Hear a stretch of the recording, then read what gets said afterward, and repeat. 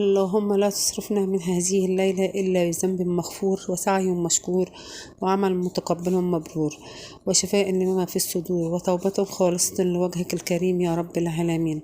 اللهم اجعلنا وأهلنا وذريتنا والمسلمين جميعا في هذه الليلة من عتقائك من النار. اللهم آمين يا رب العالمين. بسم الله والصلاة والسلام على رسول الله. السلام عليكم ورحمة الله وبركاته. أهلا بيكم في أطباق الندى. النهاردة إن شاء الله هعمل معاكم كحك العيد، طريقة مختلفة شوية عن اللي عملتها. بس هيطلع معاكي دايب برضو وناعم، وهقولك إيه المشاكل اللي ممكن تقابلك وإزاي هتتجاوزي عنها.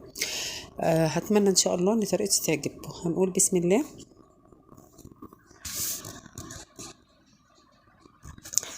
اول حاجه عندي هجيب الملبن والعجوه. اول حاجه هعملها الملبن والعجوه. هحط على كل واحده فيهم معلقتين سمنه او معلقه سمنه. انا بحط بالشوكه طبعا، فالشوكه مش معلقه يعني عشان ما تحسبوش ريحه السمنه كتير. وهبتدي انعمهم او اهرسهم. العجوه هحط عليها شويه سمسم، معلقتين 3. انا بحب السمسم كتير في الكحك بصراحه. والملبن لما اجي هحشي هحط معاه عين جمل. انا هرستهم كويس ونعمتهم كده زي ما انتم شفتوا وكورتهم. عندي هنا بقى كيلو دقيق. انا هشتغل على كيلو دقيق، طبعا مش زي كل سنه بنقلل شويه. كيلو دقيق هحط عليه ذره ملح، هنزل عليه ب3 معالق سمسم، نص معلقه ريحه كحك وممكن تستغني عنها، ربع معلقه محلب. المحلب بيديله طعم حلو قوي وممكن تستغني عنه برضو. انا هوريكم المحلب ده شكله ايه. شكله زي القمح كده شويه. يعني انا جبت من عند العطار ب10 جنيه، ده يقعد معاكي مرتين 3 4، يعني مش هتعمليه على مره واحده. عندي هنا سمنه. انا بقى متعوده لما باجي اسيح السمنه بتاعتي قبل رمضان بشيل جزء منها اللي ببقى عارفه ان انا هعمل بيه الحلويات. فشلت جزء من الابيض عشان الغريبه، وشلت من جزء من السمنه الصفراء للكحك، وهحط معاه معلقتين سمنه برضو او حوالي نص كوبايه سمنه. انا ما كنتش بعمل كده. انا عموما كنت بعمل الكحك على البارد، كيلو او 2 كيلو هيخلص معاكي على طول، فبنعمله على البارد. مش طريقه امهاتنا زمان كانوا بيعملوه اللي هو على السخن او بيقدحوا السمنه، عشان بيبقوا خايفين من كتر القعده والركنه طعمه بيغير وريحته بتغير. فانا حطيت كوبايه هقدحها برضو عشان تحمص معايا السمسم. هو السمسم متحمص بس بتطلع ريحه السمسم حلوه. وهحط الكوبايه التانية على البارد. انا بحط من 550 ل 600 جرام سمنه. عايزاه ناعم او دايب، انا حاطه 600 يعني نص كيلو وعليه 100 جرام كمان. انت عايزاه ماسك نفسه شويه 550، عايزاه ناشف يبقى كفايه 500، اي اللي هو نص كيلو. وان شاء الله هسيب لك المقادير في صندوق الوصف. عندي هنا بقى كوبايه ميه. ما بتحطيش اكتر من كوبايه ميه على كيلو دقيق. كل كيلو دقيق دي كوبايه ميه مش اكتر من كده. بتحطي عليه معلقتين كبار سكر. المعلقه بتاعتي طبعا اللي في السكريه صغيره، فحطيت 4 معالق صغيرين. واحط عليه نص معلقه خميره او معلقه ممسوحه، نص معلقه صغيره. وهاخد شويه من كوبايه الميه، ادوب فيهم الخميره، يعني من الاول للاخر بالميه اللي على الخميره. هي كوبايه واحده، ما تزوديش ميه عن كده. هتزودي ميه عن كده هينشف معاكي. ركنت بقى الخميره بتاعتي. هنزل بكوبايه السمنه اللي قدحتها كده على السمسم بسم الله.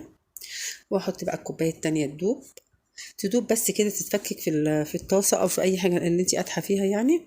مش هسخنها، هحطها بس تفك كده. واحط عليها كمان نص كوبايه سمنه. انا كده حطيت 600 جرام بالظبط. انا كنت عموما بحط السمنه من غير ما تتفكك ومن غير ما بقدحها، لان كنت برضو بعمل كيلو ما كانش بيقعد معايا كتير، فطعمه وريحته بيفضلوا زي ما هما. فككت بس السمنه كده شويه، ونزلت بيها بقى على الدقيق وعلى كوبايه السمنه التانية اللي كنت قدحيها. واحط بقى في العجانه. معلش بقى الحله بتاعت العجانه سخنت، ما كنتش عارفه امسكها. انا حاطه هنا الهلب او الخطاف في العجانه، مش حاطه الكف. وعلى قد بقى ما هتسيبي العجين في المرحله دي يتعجن، على قد ما هيديكي نوعيه الكحك. انا عايزه العجينه بتاعتي توصل لدرجه النعوميه زي الكريم شانتيه كده او زي المرهم. مش تشرب السمنه وخلاص. كل ما هتدعكي في الدقيق في المرحله دي كل ما هيديكي نتيجه احلى. ممكن طبعا من غير عجانه، بس انا بصراحه ايدي كانت وجعاني فما قدرتش اعمله على ايدي. من وقت للتاني بوقف العجانه وبلم كده الجناب، وبجيب من تحت عشان اكيد هيبقى في دقيق تحت برضو. مش اقل من ربع ساعه او تلت ساعه، على كل ما زي ما قلت لك كل ما هتطولي كل ما هتديكي النتيجه احلى. زي ما انتم شايفين كده قوام العجين سايب خالص معاكي. ما تخافيش بقى تقولي كده بقى ناعم خالص، لا، الميه هتخليه يمسك نفسه شويه. اتاكد بس ان العجينه بتاعتي ما فيش ضيق في الجناب او في العجان من تحت، وان هي نعمت معايا كويس. هبتدي بقى انزل عليها بالخميره. الخميره بتاعتي زي ما انتم شايفين كده ادم عملت فقاعات وزادت، يبقى الخميره بتاعتي كويسه. هقلبها تقليبه كده وهنزل بيها بقى بسم الله،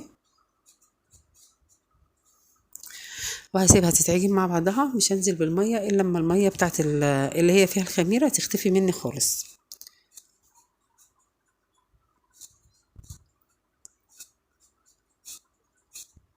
هوريكم بس شكلها كده، وهلمها بالمعلقه وهرجعها في العجان تاني. اهم حاجه الميه تكون دافيه عشان الخميره بتاعتك تنشط. قبل كده كنا قايلين في اي معجنات الميه لو سخنه هتموت البكتيريا بتاعت الخميره، والميه لو بارده او اللي هي من الحنفيه العاديه هتخلي الخميره يعني هتبقى بطيئه او في ان هي تنشط، هتاخد وقت معاكي اكتر. هنزل بقى بكوبايه الميه حبه حبه، ممكن برضو ما تاخدش كوبايه الميه حسب الدقيق، بس في كل الاحوال ما تزوديش عن كوبايه ميه، يعني ممكن تاخد منك نص كوبايه او كوبايه الا ربع ميه حسب نوع العجين بتاعك. انا كده نزلت بكوبايه الميه بتاعتي كلها. هبتدي بس المها بايديا لان لسه مطرح الميه ما تلمتش معايا كويس. هاخد جزء من العجين كده هجربه. انا لقيتها شقت معايا كده، فهلمها كمان شويه، مش هحط لها ميه خالص، ولا ميه ولا سمنه، كده مقاديرها مظبوطه. هتلميها بس بايدك كده، مش عجن. لو عجنتي فيها الكحك هيبقى ليه عرق كده، ومش هتعرفي تفرديه كويس، ومش هتعرفي تنقشيه كويس، وهيبقى ناشف كمان معاكي. بعد ما تنزلي بالميه ما تعجنيش، يا دوبك تلمي كده زي ما انت شايفه. هغطيها بقى كده مش تستريح، انا هلم بس اللي حواليا، يعني حوالي 5 دقايق مش اكتر. وهبتدي بقى ايه اخد حته، هي كده ارتاحت معايا. هجرب معايا المنقاش وهجرب معايا البصمه، اشوفهم لو مسكوا فيها او عضوا فيها يعني كده وشكله ما كانش حلو، تبقى العجينه بتاعتك مش مظبوطه. انا لقيتها كده كويسه، البصامه ما طلعتش بعجين والمنقاش ما طلعش بعجين، فكده كويسه. هبتدي بقى اقطع العجينه بتاعتي كلها كده كور على قد ما انت عايزه. طبعا حجم الكحكه بيرجع لك انت، بس كل ما بتصغريها برضو كل ما بيبقى احسن، بدل ما حد يقطم ويفتفت وكده، لا كده احسن لك. تبقى الكحكه على قد قطمه مثلا ولا حاجه، ما يبقاش فيه فتفته. كده خلصت كل كميه الكحك دي ما شاء الله بكيلو دقيق واحد. انا شغل السنه دي كله كان على كيلو، ما عدا الغريبه عاملاها بنص كيلو، وانتوا شفتوا برضو ما شاء الله الغريبه عملت معايا كميه حلوه. هبتدي بقى كده بسم الله، اخد واحده واحده. هاخد بقى ببتدي من الاخير، من الاول للاخر، يعني اول واحده عملتها هي اللي هبتدي بيها.